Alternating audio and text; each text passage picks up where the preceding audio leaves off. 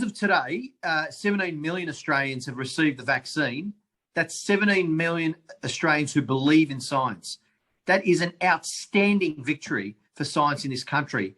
Yet why have we been so disrespectful to science in relation to the crisis I'm here to talk about with you today? I think of where Australia is at the time and opportunity wasted, the CO2 that has clouded the environment, and the denialist poison that has crippled the debate. And I feel a sense of bewilderment, but also of shame.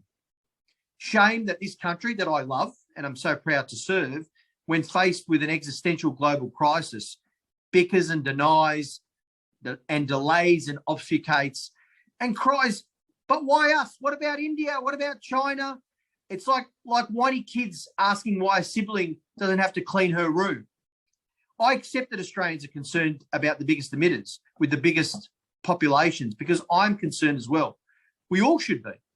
In 2019, China accounted for 27% of global emissions. The US owns 13%. India is on the podium with 7%. That equates to 47% total of the world's emissions. So yes, these countries need to be doing their bit in cutting emissions. But we hear this refrain a lot from the conservatives. Why?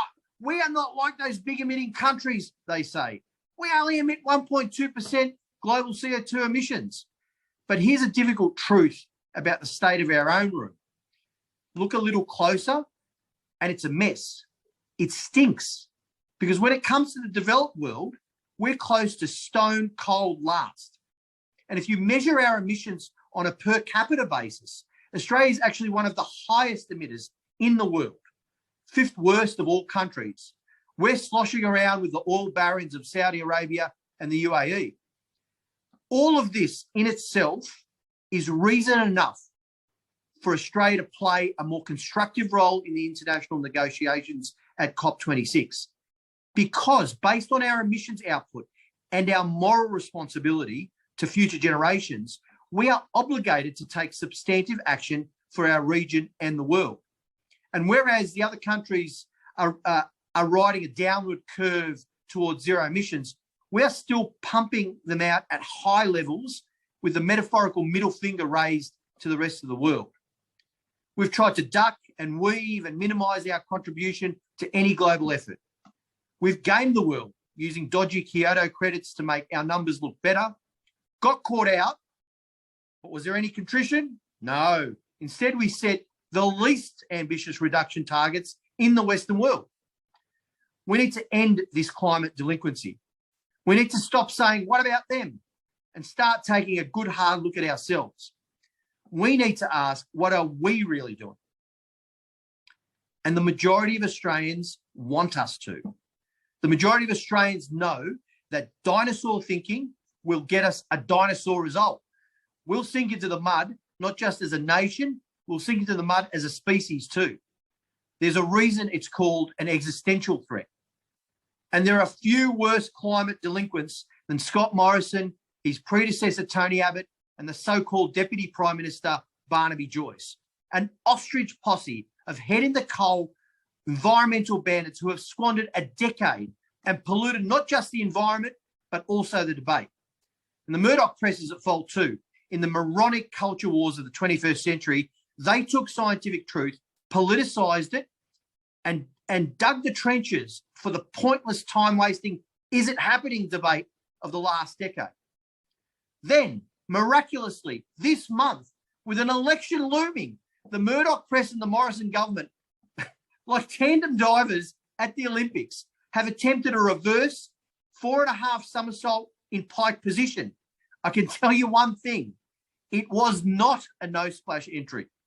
20 years from now, Australians will look back on these selfish individuals with disgust.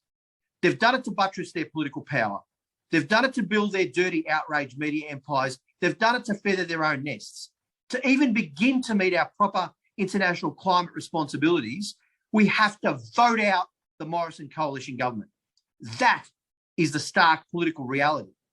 For a decade, inaction on climate has been fundamental to the demographic they have chosen to appeal to. They were happy to denigrate science, to disregard truth in order to create a politically beneficial divide between left and right. And now they're ready for action. apparently. They've cost us a decade. Mind you, we're used to the lack of leadership. When the nation is burning, Scott Morrison's on holidays. When the world is racing for a vaccine, Scott Morrison is dawdling, looking for the next high-vis photo op.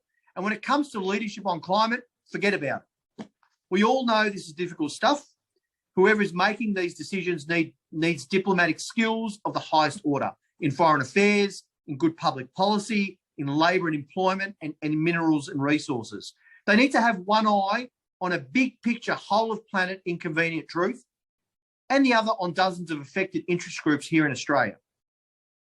But Morrison has amateur hour diplomatic skills and only one overriding interest group, his own prime ministership, himself.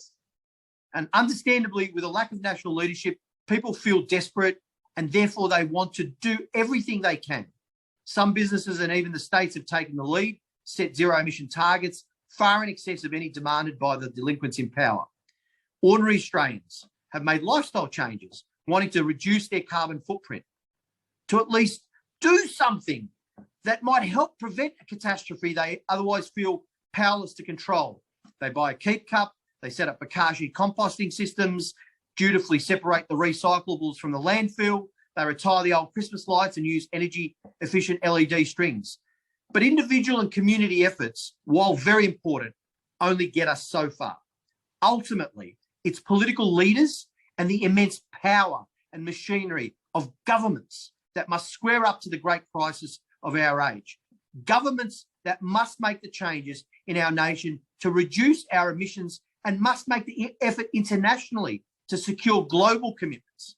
It's governments that can pass the laws and negotiate the treaties and bring a wartime urgency to the enormous task of lowering the temperature of the planet to save future generations from mass extinctions, natural disasters, food shortages, and geopolitical unrest. Keep cups do their bit, but we're not going to overcome this crisis without vision, great public policy, and courageous political leadership. That's why the delinquents have to go. For all the talk and criticism of Labor, we are still in opposition.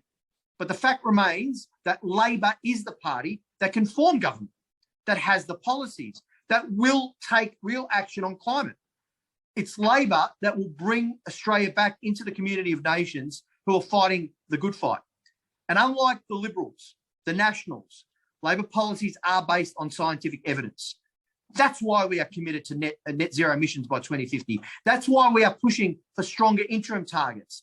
And if elected, we will invest in electric cars, in 10,000 new energy apprenticeships, in hundreds of community batteries across the country to power up 100,000 households, and $20 billion to rebuild and modernise the electricity grid for the renewable age. And there are more Labor policies to be announced. This is the future we should be investing in, to be a renewable energy superpower. We did it with the ozone layer in the 80s. We did it protecting Antarctica in the 90s, and we will do it again. We need leadership and courage. And we have an opportunity next week at COP26. The US envoy of climate change, John Kerry, has called this conference the world's last best chance to avoid the climate crisis. The world will be watching. It is critical we engage and agree on substantive action. Problem is, climate conferences come and go with barely a whisper from this government. After months of will they, won't they go, Morrison will turn up, but without upgrading our interim targets and still representing one of the highest per capita emitters in the world. We will be relegated to the naughty kids table, oblivious to the big discussions the adults are having a few metres away. We should instead be going with ambition, because we have an obligation to our international neighbours, to the Australians already feeling the effects, and to our children marching in the streets, to their children not yet born. As Chris Bowen, the Shadow Minister for Climate, has argued, Australia's medium-term targets are too low. 26 to 28% by 2030 now pales in comparison to Canada at 40 to 45%, the United States at 50%, and the UK's even more ambitious goal of 78%, but by 2035. Let's not forget that the 26 to 28% target was designed by Tony Abbott to match the US at the time. Well, the Yanks have certainly left us on the starting blocks. At COP26, we will be poorly represented with no real commitment to the problem or to the solutions. We will be the laughingstock of the world, and we'll even be mocked by billboards. Australia, net zero by 2300. And this was organised by comedian Dan Illick and paid for by ordinary Australians who are rightly appalled by the coalition government's non-performance. I cannot but help ask, what if? What if Labor was in government right now? What would we be doing? What would be our actions at COP26? Now, I know diplomatic efforts come naturally to Labor governments. It is in our DNA. We have a strong track record. We can do it again. At COP26, what's required is a full, proactive diplomatic effort. But this is not going to happen under this government. Instead, our Prime Minister will be skulking around the backside streets of Glasgow with a lump of coal in his back pocket. Labor at COP26 would be honest about emissions, our emissions per capita, would care about our emissions per capita, allowing us to take on our global responsibility on emissions reductions, to set an example and use that as leverage to take the lead and play hardball on the other big emitters, to get them to also commit to substantive reductions. And unlike Morrison, for starters, we would be at the adult table with Biden and Johnson and all the other major partners to negotiate. Because we would be coming with an ambitious, updated 2030 interim pledge known as Nationally Determined Contributions, or NDCs. 30% of countries have not upgraded their NDCs, and Australia is one of those laggards.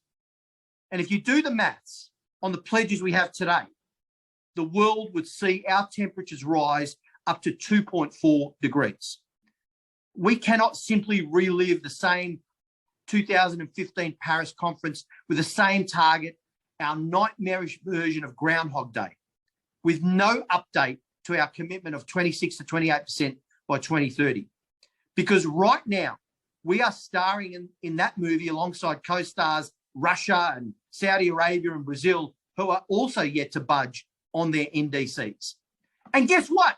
Scott Morrison has cut what was already a paltry $187 million that Australia had committed to the Green Climate Fund, dedicated to developing countries who are doubly affected by climate change. So what would we have done?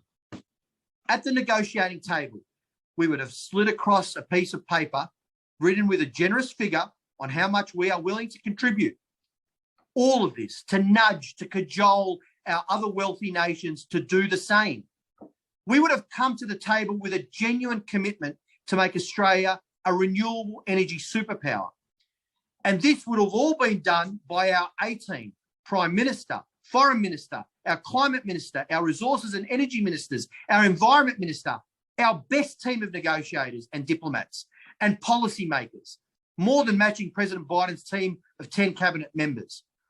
We could have even gathered our former prime ministers into an ex-men and woman style ambassadorial team, muscling up for our negotiations.